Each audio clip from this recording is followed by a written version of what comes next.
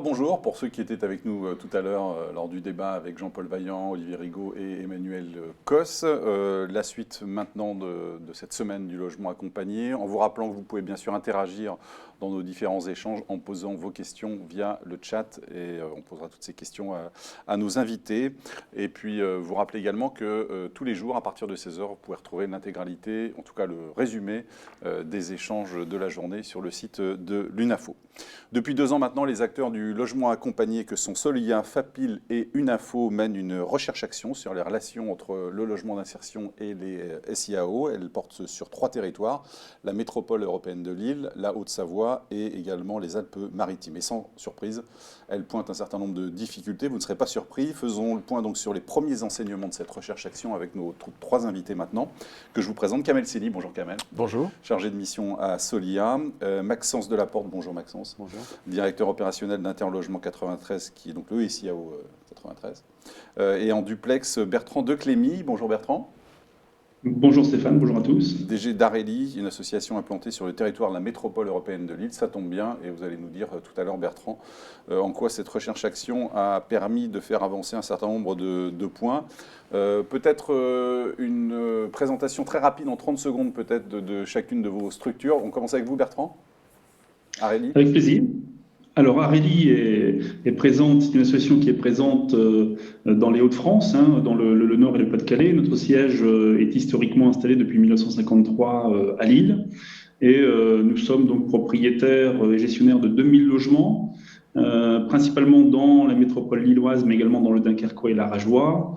La moitié de notre offre locative est dédiée au logement temporaire, résidence sociale, foyer de jeunes travailleurs. Nous sommes également propriétaires gestionnaires de 5 pensions de famille, 4 résidences locatives pour seniors, un petit parc également de 300 logements locatifs classiques et puis 300 logements que nous louons à d'autres associations. Et en complément de nos activités de logement, il y a maintenant 18 ans, nous avons créé un programme dédié à encourager les jeunes issus du milieu modeste à réussir des études ambitieuses et également réussir leur insertion professionnelle. On a une équipe de 70 salariés, un budget annuel de 10 millions d'euros. Merci Bertrand. Maxence, en 30 secondes aussi. Donc Interlogement 93, association d'associations créée en 90 dans le cadre de la création du droit au logement, qui depuis porte un certain nombre de dispositifs opérationnels, dont le SIAO de Seine-Saint-Denis depuis sa création. Et Solia. Alors, je vais prendre 2 fois 20 secondes. En premier lieu, ça fera 40. En premier lieu, sur les acteurs du logement d'insertion, puisque j'interviens aussi à ce titre aujourd'hui, donc qui est le regroupement de l'UNAFO, de la FAPIL et donc du mouvement Solia pour porter une parole commune, d'une part, et d'autre part, mener un certain nombre d'actions, dont cette recherche-action. Du côté du mouvement Solia, c'est donc un mouvement composé de 135 associations sur tout le territoire hexagonal et ultramarin, 2800 salariés, des activités qui vont principalement de la réhabilitation et de l'amélioration du parc privé à toutes les activités logement d'abord, que je porte cette casquette-là au sein de la fédération, c'est-à-dire des structures d'hébergement, des résidences sociales, 30 000 logements en intermédiation locative. Voilà. Merci beaucoup. Alors, Kamel, vous avez porté aussi cette recherche-action, donc vous allez déjà nous présenter un peu le décor, si je puis dire. Ça part de quel constat de terrain très rapidement, cette recherche-action, 11 ans après la création des SIAO? Les SIAO ont été conçus et construits pour organiser le secteur de l'accueil, de l'hébergement, de l'insertion. C'était la refondation du secteur à partir de 2008 et des enfants de Don Quichotte, avec la mise en place d'un certain nombre de choses, y compris dès avant la mise en place du DALO. Ça s'est fondé sur le secteur de l'hébergement. Or, le cœur du sujet était d'arriver à intégrer au maximum à la fois le secteur du logement accompagné, mais également de promouvoir les sorties vers le logement. Sur les territoires, les SIAO sont mis en place de manière inégale en termes de temporalité, en termes de rythme. 10 ans plus tard, le fait de pouvoir regarder comment les acteurs du logement d'insertion travaillent avec les SIAO, quelle est la place du logement accompagné et du logement d'insertion au sein des services intégrés d'accueil et d'orientation nous paraissait essentiel, au vu aussi de la disparité, encore une fois, des territoires, la disparité de la mise en œuvre de la loi ALUR qui maintenant fixe les règles et la manière de fonctionner des SIAO. Pour rappel, les SIAO de 2009 à 2014, mars 2014, ont fonctionné sur un certain nombre de circulaires. Et ce n'est qu'en mars 2014, avec la loi ALUR, qu'ils ont été inscrits à la fois dans le Code de l'action sociale et des familles et dans le Code de la construction et de l'habitation. Donc là, l'idée, c'est de faire un point sur l'état des lieux dans 3 territoires. À la fois un état des lieux, mais également de dépasser les bonnes pratiques. Il y a beaucoup d'analyses qui sont faites sur les SIAO et sur les territoires sur la question des bonnes pratiques. Là, d'arriver avec une approche aussi à la fois de recherche-action, donc théorique et pratique, d'avoir une montée dialectique un tout petit peu sur ces sujets-là et de pouvoir déterminer, au-delà, encore une fois, des bonnes pratiques qui sont par définition intégrées aux spécificités des territoires, de pouvoir déterminer des axes d'amélioration, des difficultés évidemment, et de pouvoir montrer aussi la capacité des acteurs du logement d'insertion de pouvoir travailler avec les SIAO et dans le cadre du logement d'abord. Vous, en Seine-Saint-Denis, ça se passait plutôt bien, puisque vous étiez un réseau d'associations. Déjà, vous connaissez entre secteur logement accompagné. C'est ça. Il y a un historique, quoi. C'est ça. Un certain nombre de ces gestionnaires étaient déjà membres du réseau avant la mise en œuvre des SIAO. Ça a de fait facilité les mises en relation, puisqu'elles existaient déjà. Bertrand, vous décririez la situation là, avant la recherche-action entre méfiance et crispation ? Comme vient de le dire Kamel, la mise en place des SIAO se construit depuis 2009 et puis la concrétisation est très variable d'un territoire à l'autre.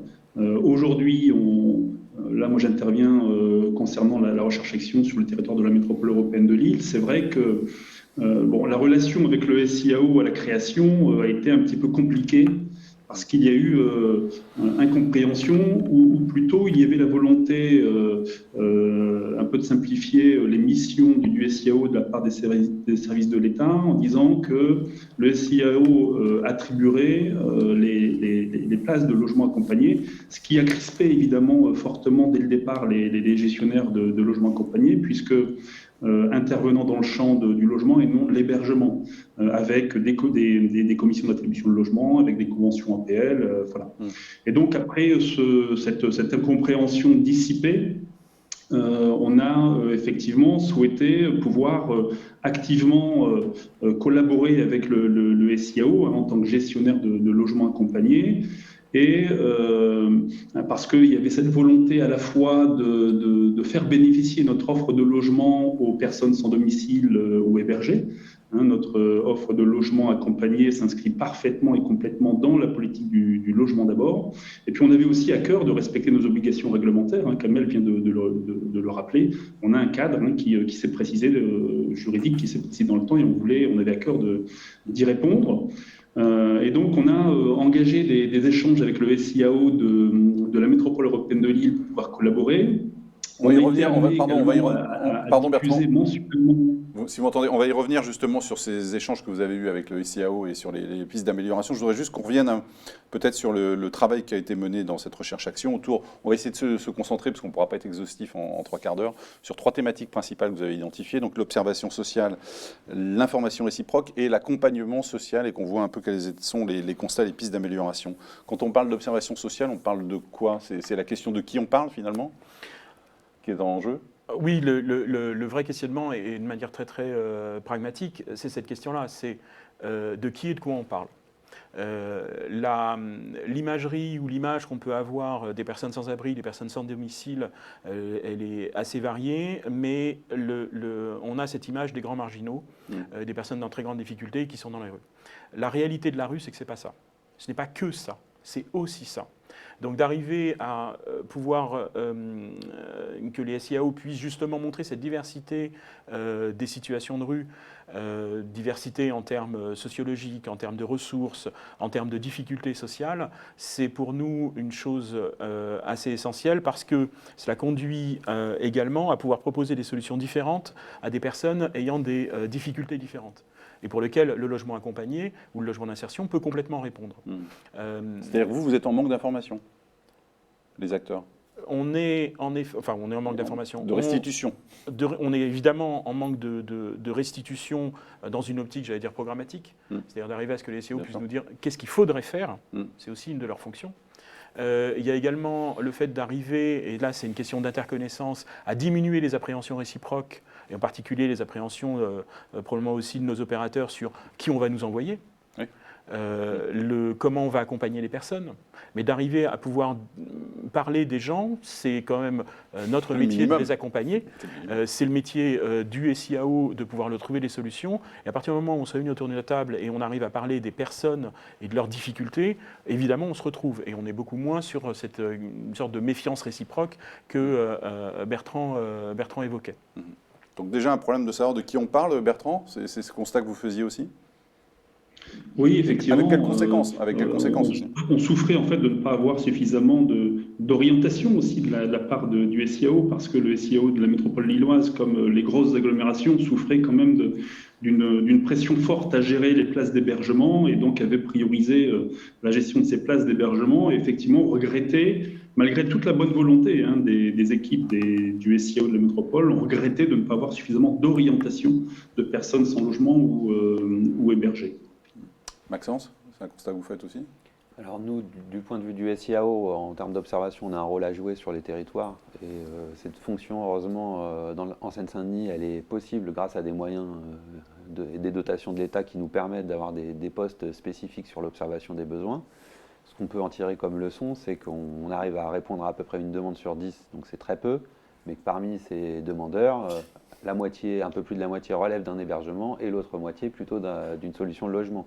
Donc c'est ce que disait Kamel tout à l'heure. C'est fondamental qu'on puisse répondre à la fois sur une réponse hébergement pour les personnes concernées, mais qu'on puisse aussi trouver des solutions en matière de logement, même temporaire, pour répondre à une grosse partie du public qui est à la rue. Une personne sur 10. Oui. La problématique de l'information réciproque, c'est quoi aujourd'hui? C'est-à-dire que d'un côté comme de l'autre, ça transite pas bien? Il y a quoi? Il y a de la friture sur la ligne? Il y a deux sujets. Il y a un premier sujet qui est encore une fois de cette connaissance réciproque et d'arriver à abaisser notre seuil de méfiance. Donc ça signifie travailler ensemble. Et travailler ensemble sur des outils communs, par exemple, se retrouver autour d'une table pour entendre l'autre. Le deuxième sujet sur cette question du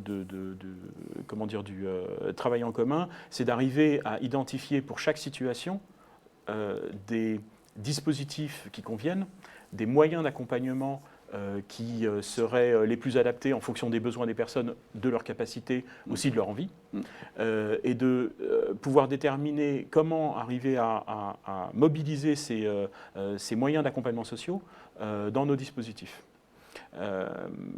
Sur tout ça, on a, pour reprendre ce que vous disiez en disant de quoi on parle, il y a un moment, une fois qu'on s'est mis au clair sur de qui on parle et de quoi on parle, d'arriver au milieu de la foule des demandeurs, des statistiques, d'arriver à identifier chaque visage, et d'arriver à déterminer pour telle personne, telle solution serait probablement la meilleure, et tel moyen d'accompagnement social pourrait être mobilisé si tant est qu'elle le souhaite et si tant est qu'elle en ait réellement besoin.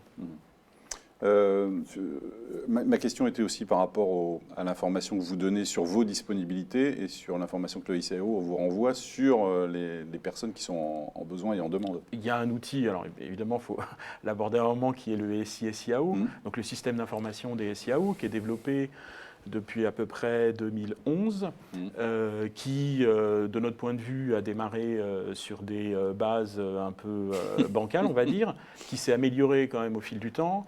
La DGCS a mis beaucoup de moyens et beaucoup de travail sur ce sujet-là, qui est quand même un système d'information qui permet de rapprocher l'offre et la demande. Si c'était que ça serait assez simple, sauf que l'offre, elle est multiple. Actuellement, tout n'est pas encore intégré dans le système d'information. Maxence, tu me contrediras. L'urgence vient de l'être depuis relativement peu de temps, et par exemple, les dispositifs d'intermédiation locative ne le sont pas encore. Et de l'autre côté, on a la demande, et la demande, ce n'est pas simplement 3 caractéristiques, monsieur, madame, et elle touche tant, c'est aussi une évaluation sociale, avec un certain nombre plus de règles liées à la protection des données, des règles du RGPD, de la CNIL, etc. etc. Ce système-là, encore une fois, c'est un système informatique. Comme tous les systèmes informatiques, plus ça se développe, plus il y a de bugs. La dernière version a montré quand même des bugs assez importants. Et la difficulté, c'est que ce système d'information est central dans nos rapports. Il nécessite d'abord aussi un vrai travail, j'allais dire de l'huile de coude pour pouvoir rentrer toutes les informations à l'intérieur. Et il faut que ça marche parce que si ça ne marche pas, les gens ne rentrent pas dans les logements. Si les gens ne rentrent pas dans les logements sont vides. C'est quand même une problématique quand on est bailleur. Et d'autre part, ils restent dehors. Et c'est quand même une problématique tout court. C'est quand même que ce qu'on dit là, c'est que pour des bugs informatiques, il y a des gens qui restent dehors. C'est aussi, si je fais un raccourci comme celui-ci, c'est la réalité. C'est la réalité. Maintenant, il y a aussi un problème d'utilisation de ces systèmes d'information. C'est aussi là qu'un certain nombre de blocages existent. Il y a des opérateurs qui ont accepté de s'y contraindre, on va dire, puisque c'est une charge pour eux en plus, généralement, de leur système d'information locaux, de devoir renseigner ce système d'information avec le SIAO. La moitié des opérateurs, notamment les opérateurs FJT, pour parler de notre sujet aujourd'hui, utilisent le SI-SIAO en Seine-Saint-Denis, ce qui facilite évidemment la transmission des orientations et puis la confidentialité des informations qu'on peut leur transmettre. Après, le système d'information n'est qu'un outil et il faut qu'il y ait des rapports humains par ailleurs entre les gestionnaires et le SIAO, sinon ça ne fonctionne pas. Depuis 2009, Bertrand, l'information elle était déjà efficiente avant de parler de ce qui va se passer, enfin de ce que vous avez pu modifier depuis, mais juste le constat depuis 2009, votre information réciproque entre vous et le SIAO, c'était comment ? C'était très limité, compte tenu de ce que je disais en préalable, c'est que le SIAO de la métropole européenne de Lille se concentrait en priorité sur la gestion des places d'hébergement et n'avait pas les capacités, les ressources à intégrer dans son fonctionnement l'offre locative et notamment l'offre de logements accompagnés. Donc les rapports étaient relativement limités, hein. Il y avait de la bonne volonté, il y avait des rapports parfois informels, hein, des rapports non structurés. On a essayé, Areli, de transmettre, par exemple, tous les mois nos disponibilités de logement au SIAO, mais on a malheureusement constaté assez peu d'orientation directement de la part du SIAO. Et pour rebondir sur ce qui vient d'être dit, ça n'empêchait quand même pas de loger dans nos logements des personnes sans domicile et hébergées, puisque des rapports directs entre les structures d'hébergement et Areli existait, heureusement. Et donc, effectivement, même si on regrettait qu'il n'y avait pas plus de rapports construits et structurés entre le SIAO et le logement accompagné, ça n'empêchait pas quand même d'attribuer très majoritairement des places de logement accompagné à des personnes sans domicile ou hébergées. Ce qu'on disait, c'est que finalement, ça représente une suradministration finalement pour vos équipes, entre vos propres outils, le SI-SIAO. Comment vous gérez ça? Comment vous allez le modifier là, à l'issue de la recherche-action, par exemple? Parce que vous avez commencé à parler de ça avec le SIAO. Bien sûr. Alors, quand effectivement a été évoquée cette recherche-action, Areli a été extrêmement satisfaite en se disant qu'on allait pouvoir être collectivement challengé sur ce devoir de collaboration entre SIAO et logement accompagné. On a posé le groupe en fait de travail, a posé des prérequis et des volontés. En prérequis, il y en a deux. On souhaitait que l'attribution de logement soit bien confirmée comme une compétence de la commission d'attribution de logement des gestionnaires de logements accompagnés, qu'il n'était pas question de remettre en cause effectivement cette légitimité de la commission d'attribution de logement. Et le deuxième prérequis, c'était de trouver des process simples, souples et efficaces, sans alourdir justement la machine administrative. Rappelons quand même que nos associations sont aujourd'hui, à notre sens, peu financées, voire pas assez financées pour le travail accompli, et qu'il aurait été difficile de devoir en plus supporter une charge administrative pour des ressaisies à la fois dans le SI-SIAO et à la fois dans nos outils de gestion locative. Donc là, la volonté du groupe de travail dans le cadre de cette recherche-action, eh bien, ça a été de créer un processus simple et pas usine à gaz, de se limiter, ne pas se limiter, mais peut-être qu'on l'abordera juste encore après, ne pas se limiter à nos obligations réglementaires d'aujourd'hui, qui est la gestion des contingents de logement de l'État, mais plutôt une gestion en flux. Hein, et puis également, je rebondis aussi sur ce qu'a dit Kamel et Maxence juste avant, à savoir que la solution passe évidemment par des outils de collaboration, d'échange, mais également par une meilleure connaissance entre les équipes du SIAO et les résidences, les gestionnaires de résidences de logements accompagnés. Parce que rappelons aussi qu'on a des résidences qui ont chacune un projet social qui peut différer de l'une à l'autre. Et on a une question sur parvenez-vous à identifier des besoins d'accompagnement spécifiques liés à des situations de handicap, quelles qu'elles soient? Maxence? Alors les éléments de santé sont à la fois sensibles mais nécessaires dans les évaluations qu'on reçoit au SIAO. Il faut qu'on ait surtout les conséquences des problématiques de santé sur l'accessibilité ou pas à des structures qui soient identifiées dans les demandes pour qu'on puisse y répondre derrière. Donc ça, c'est la demande. Puis ensuite, c'est la réponse. Il faut qu'on ait des structures d'accueil qui soient en capacité de répondre à ces problématiques spécifiques de mobilité ou de handicap en général. C'est des cas, bien sûr, qu'on travaille dans les orientations, y compris avec le logement adapté, accompagné. Mais c'est des situations qui nécessitent beaucoup d'échanges, justement, pour rassurer le gestionnaire. Et puis, de toute façon, il est, comme l'a dit Bertrand, décisionnaire en matière d'admission in fine. Donc, on envisage des choses souvent au SIAO, et après, c'est transformé ou pas par une admission. Mais il faut bien qu'il y ait une légitimité du gestionnaire à pouvoir refuser si, techniquement, ce n'est pas possible d'accueillir tel ou tel type de public. Bertrand, sur l'identification des situations de handicap? Oui, alors ça relève, je dirais, d'un autre chantier qui est plutôt la plateforme d'accompagnement social, qui est un chantier important de la politique du logement d'abord. Et donc, effectivement, le SIAO, évidemment, par la connaissance des situations des personnes sans domicile ou hébergées, a la connaissance justement de ces situations sociales parfois précaires, et donc de ce fait-là est le bon opérateur pour orienter vers les différentes solutions du logement accompagné. Oui, quand même. Sur le handicap, alors le handicap, il y a quand même des formes multiples. Ça peut être des handicaps évidemment moteurs, sensoriels, psychiques. L'accompagnement social est une réponse. Le travail avec le secteur de la santé, notamment dans le domaine de la santé psychique, est une réponse, sachant que c'est quand même un secteur pour lequel on a des difficultés, avec lesquels on a des difficultés à travailler, pas de question de mauvaise volonté de leur part ou de la nôtre, mais parce qu'ils n'ont plus beaucoup d'argent non plus, et donc ils sont quand même très très en difficulté pour accueillir ne serait-ce que la population et les publics qu'ils gèrent.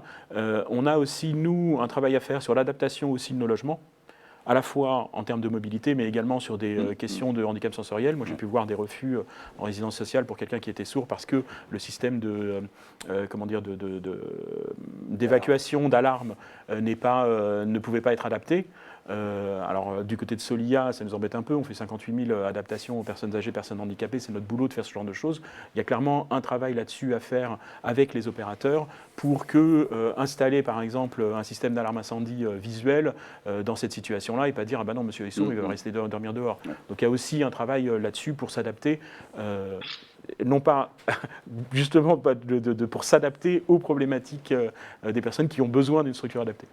On nous demande quand est-ce que l'outil SIAO sera réellement efficace, car cette question est centrale pour pouvoir faire des orientations adaptées. Vous êtes associé, Maxence, de votre côté, au travail sur les bugs qu'il y a eu jusqu'à présent. Oui. Est-ce que vous avez vu des signes qui vous font dire qu'à un moment donné, cet outil va pouvoir fonctionner de manière optimale? Alors cet outil, il est, comme le dit Kamel, depuis sa mise en œuvre, le début de sa mise en œuvre en 2011, nous on a commencé en 2012, donc ça fait maintenant 8 ans qu'on s'y attelle et qu'on s'investit, y compris au niveau régional, national, sur la résolution des bugs et l'évolution de l'outil. Donc là, il y a une nouvelle version qui a été mise en production récemment, et donc du coup, généralement quand c'est le cas, quand des nouvelles versions sont mises en œuvre, on a un certain nombre de semaines, voire de mois derrière, à écoper les difficultés qui sont engendrées par ces évolutions, qui apportent généralement à terme aussi des améliorations. Donc cette évolution, elle se fait par briques, et malheureusement, le mur ne se construit pas à exactement la vitesse qu'il faudrait pour qu'on soit très efficace dans dans ces orientations. Après, ce système d'information, la réalité, c'est qu'à l'heure actuelle, il permet quand même l'entrée dans l'hébergement ou dans le logement accompagné de dizaines de milliers de personnes en année. Il permet d'avoir des chiffres, d'avoir de l'observation sociale. Il a le mérite d'être là, ce que vous me dites. Il a le mérite d'être là et on peut considérer que, vu le volume financier qui lui est attribué, au bout d'un moment, il va fonctionner. Avez-vous travaillé des VDMECOM communs pour être d'accord sur l'offre d'accompagnement en fonction des types de structures et des exigences vis-à-vis des personnes? Je constate des incompréhensions sur mon territoire, nous dit-on. Alors on parle sur de l'accompagnement social, on va y revenir maintenant. Bertrand? La question était très longue et comme je ne la vois pas apparaître, j'ai du mal à retenir l'essentiel de la question. Est-ce que vous avez travaillé à des VDMECOM communs pour être d'accord sur l'offre d'accompagnement en fonction des types de structures et des exigences vis-à-vis des personnes? Il y a des incompréhensions sur mon territoire.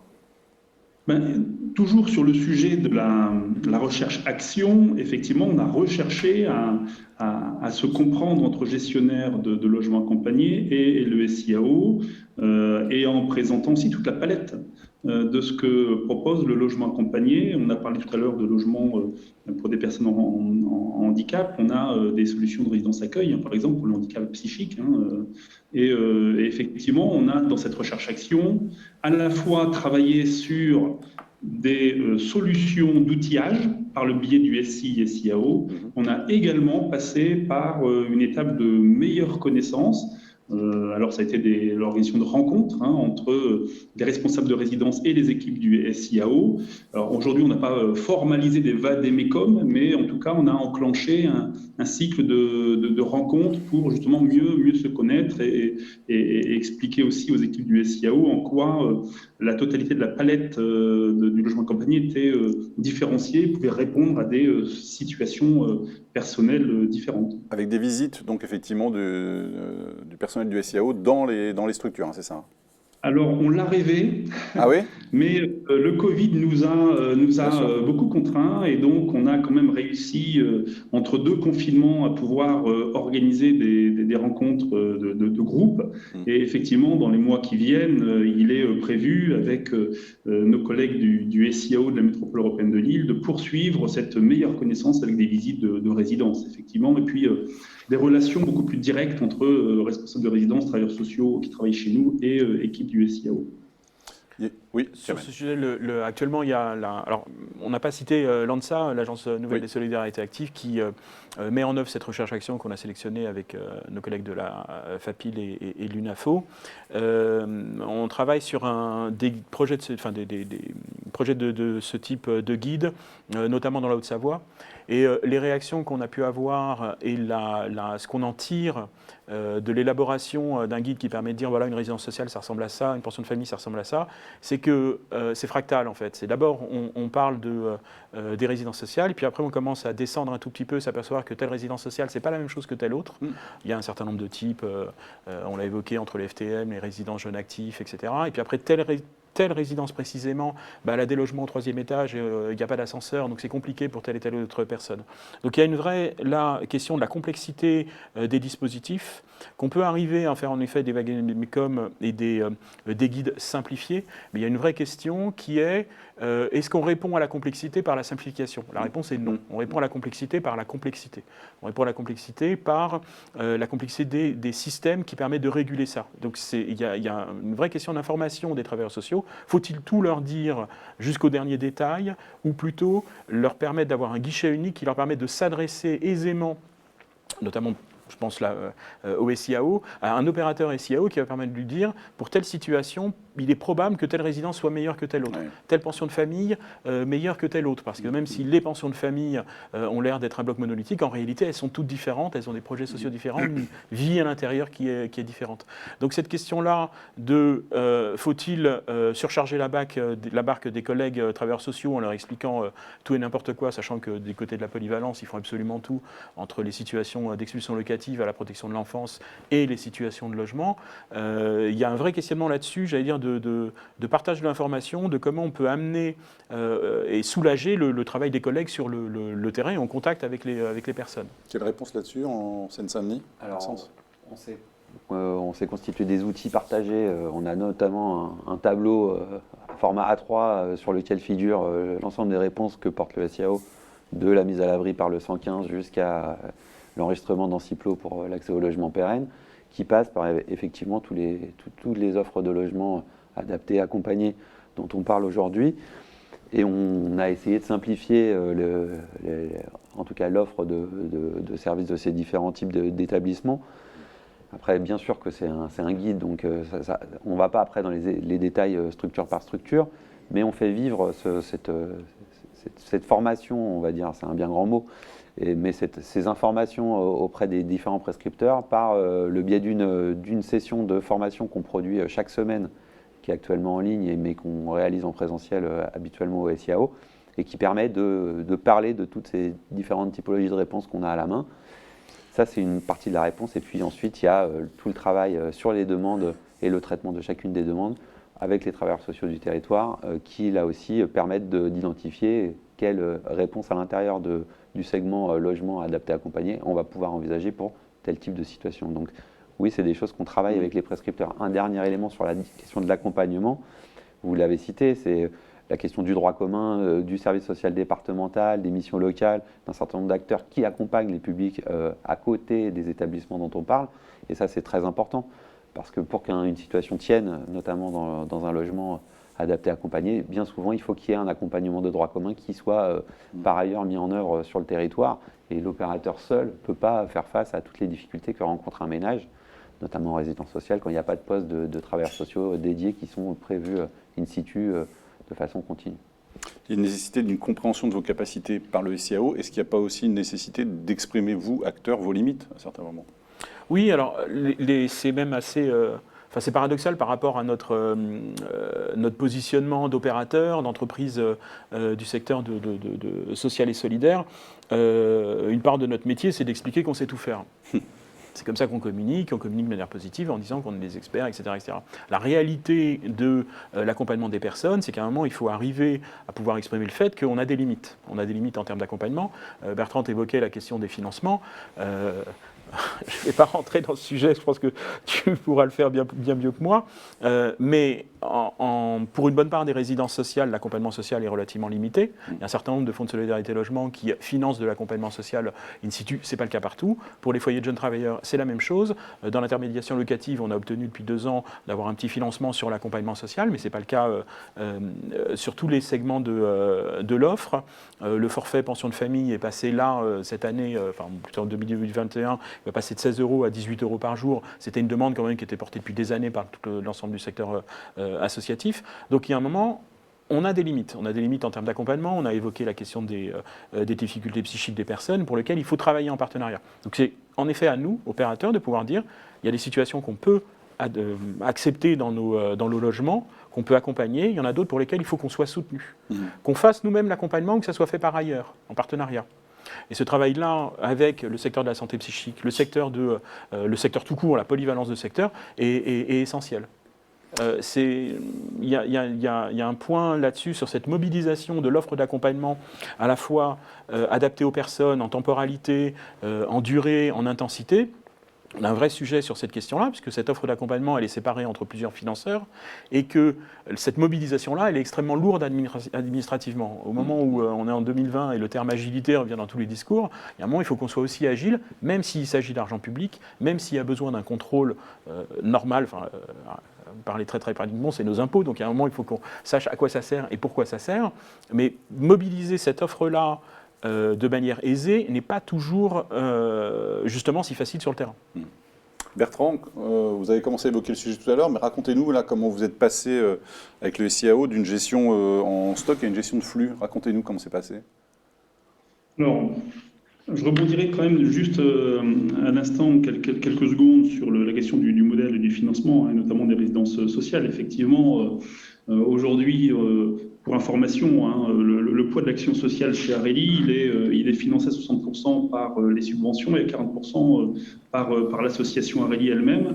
Alors c'est une décision, une volonté politique de notre association, parce qu'on a vraiment la volonté d'impacter, d'être impactant sur les parcours résidentiels des personnes logées, mais ça pose question quand même sur le modèle même de la résidence sociale. Aujourd'hui, on a une subvention qui s'appelle Aide à la gestion locative sociale qui est limitée à une vingtaine de mille d'euros par an pour une résidence de 100 personnes à accompagner. On imagine très facilement que c'est compliqué, effectivement, de pouvoir, pour tous les gestionnaires de logements accompagnés, pouvoir mettre une équipe professionnelle en face des difficultés à gérer par les personnes logées. Sur la gestion en flux, parce qu'on a une question en plus qui a été posée sur le sujet. On vous pose une question d'ailleurs, ça tombe bien, sur la gestion en flux, en vous demandant quelle traduction opérationnelle et quels sont les avantages. Donc ça, c'est le moment effectivement de répondre à cette question. Ouais. Voilà. Alors la gestion en stock et la gestion en flux, c'est vrai que le cadre réglementaire aujourd'hui pose la question de la gestion en stock, avec pour les bailleurs sociaux une innovation en 2021, puisque les bailleurs sociaux devront passer en gestion de flux, ce qui ne s'appliquera pas au logement accompagné. Dans cette recherche-action, ce qu'on a souhaité, c'est être le plus efficace possible dans les réponses à mettre en œuvre. Et on s'est dit que la gestion en stock allait complexifier un petit peu la machine, parce que ça veut dire que chaque logement faisant l'objet d'un contingent réservataire de l'État devait être étiqueté, et puis qu'on devait, entre guillemets, attendre qu'un logement étiqueté se libère pour pouvoir faire une proposition. Bon, et ça nécessitait également ensuite de suivre logement par logement, l'occupation du logement, la libération, et puis à nouveau une chaîne administrative sur la libération du logement et l'orientation sur ce logement. Donc on s'est dit que c'était plus intelligent de travailler en file active et donc en flux, et de ne pas attendre qu'un logement, entre guillemets, contingenté se libère, et d'attribuer au fil de l'eau des logements disponibles. Pour information et illustration, l'association Areli a une commission d'attribution de logements qui se réunit toutes les semaines. Et donc, on a capacité toutes les semaines, sans attendre que des logements réservataires soient libérés, on a la capacité d'attribuer des logements. Ensuite, la difficulté qu'on a rencontrée dans cette recherche-action pour passer du stock en flux, ça a été la question technique de ce que permettait le SIAO.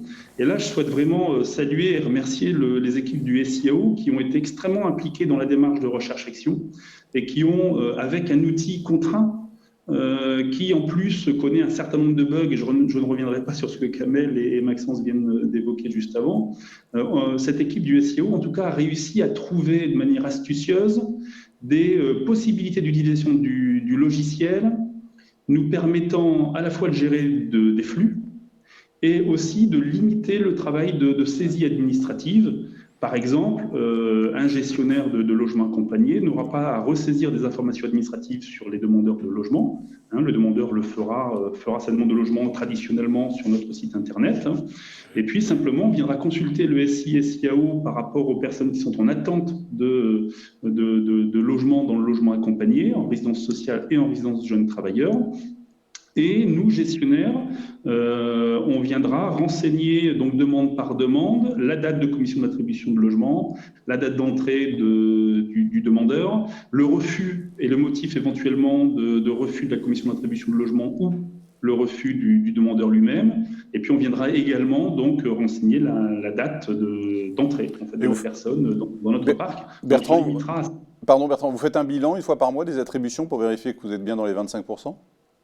Alors justement, le pari qui a été fait, c'est que c'est de faire ne pas avoir un cadre contraint à l'entrée, mais plutôt d'avoir un bilan annuel dans le cadre du bilan de l'aide à la gestion locative sociale et de justifier l'efficacité du système une fois par an en évaluant le nombre de personnes qui sont rentrées dans notre parc de logements et qui relèvent du contingent et du public dit prioritaire. Qu'est-ce que vous avez constaté en termes de chiffres et d'amélioration d'accompagnement ou de placement ? Alors, malheureusement, pour l'instant, pas grand-chose parce que nous sommes en début en fait, de recherche-action. On a aujourd'hui établi le processus technique. On a constitué un groupe de gestionnaires testeurs volontaires. Donc, on a quand même 3 gestionnaires de résidences sociales représentant 11 résidences sociales, 4 gestionnaires de foyers de jeunes travailleurs représentant 5 résidences. Et puis, malheureusement, on est tombé sur un os, hein, puisque la première réunion de test opérationnel avec le SIAO et ses associations testeuses se sont réunies courant novembre, et puis on a rencontré un bug informatique du SI SIAO. Ce bug, a priori, persiste. Et la prochaine réunion test aura donc lieu malheureusement au mois de janvier. Donc il faudra peut-être inviter l'UNAFO à réorganiser une table ronde sur ce sujet pour faire un premier bilan en janvier voire février. Maxence, sur cette gestion dont parlait Bertrand sur son territoire, vous fonctionnez de quelle manière? Alors, on est plutôt en stock encore aujourd'hui, avec une offre, notamment les foyers de jeunes travailleurs, pour lesquels on a déjà mis à disposition d'environ 40% des logements sur une année, en tout cas du contingent préfectoral. Donc, il n'y avait pas tellement de sujets sur la mise à disposition au SIAO des logements au fur et à mesure de leur libération sur la partie FJT. Sur la partie résidence sociale, c'est un peu plus compliqué parce que les opérateurs ont par ailleurs des multiples sollicitations de l'État et pas qu'au titre du SIAO pour mettre des logements à disposition d'un certain nombre de publics cibles des politiques publiques. Donc on voit bien que par contre sur les gros opérateurs résidence sociale, il reste encore du travail à faire sur la captation des logements contingentés. Ouais. Moi, je n'ai pas d'avis particulier sur stock et flux. L'idée, c'est que l'État il retrouve ses petits, parce qu'après tout, il finance, donc il n'y a pas de raison qu'on ne respecte pas les obligations réglementaires. Un deuxième enjeu, quand même, qui est dans cette question de la gestion des stocks ou des flux, c'est la question des réservations et des réservataires. On s'aperçoit que sur certains territoires, par exemple du côté des pensions de famille, la totalité des places est régulée par l'État, par le SIAO au titre de l'État. Or, la question des réservations, les pensions de famille sont des résidences sociales, c'est du logement foyer, donc c'est du parc public. Il devrait y avoir un certain nombre de réservataires, y compris éventuellement les communes, y compris, pourquoi pas Action Logement, qui parfois participent au financement des pensions de famille, je dis parfois, même très souvent. Le fait d'avoir ces réservataires qui ont leur part, qui l'abandonnent ou pas d'ailleurs aux associations, ça arrive régulièrement qu'Action Logement fournisse ses réservations à l'association en disant moi j'ai pas les candidats, donc débrouillez-vous, j'ai financé, tant mieux. Ça permet en réalité sur un territoire d'avoir tout le monde qui travaille sur ces sujets-là. Je pense vraiment, mais particulièrement sur le territoire de Lille, la métropole européenne de Lille, le fait que les collectivités ne soient pas impliquées dans le fait de proposer des candidatures en direct sur des logements aux pensions de famille peut créer un certain nombre de blocages. C'est-à-dire quand il s'agit de convaincre un élu qu'une pension de famille serait bien sur son territoire, et qu'il vous dit oui très bien, vous créez une pension de famille, mais moi je ne pourrais pas y proposer quelqu'un parce que c'est l'État qui propose tout le monde, ça pose une difficulté. Or, à partir du moment où l'élu est pour, et c'est facile de convaincre un élu en réalité, puisque quand on lui fait visiter une pension de famille, dans 99% des cas, il ressort de là, quelle que soit sa couleur politique, en disant moi je voudrais bien en avoir une chez moi, mais que si on lui dit finalement il y aura ça, mais vous n'aurez absolument pas la main sur ce qui va pouvoir se passer, c'est compliqué. Et nous, c'est un des éléments qu'on retire de là un des éléments de notre recherche-action. Il nous reste 2 minutes, donc on va aller très vite. Est-ce qu'on peut faire, Maxence, du quantitatif et du qualitatif en même temps?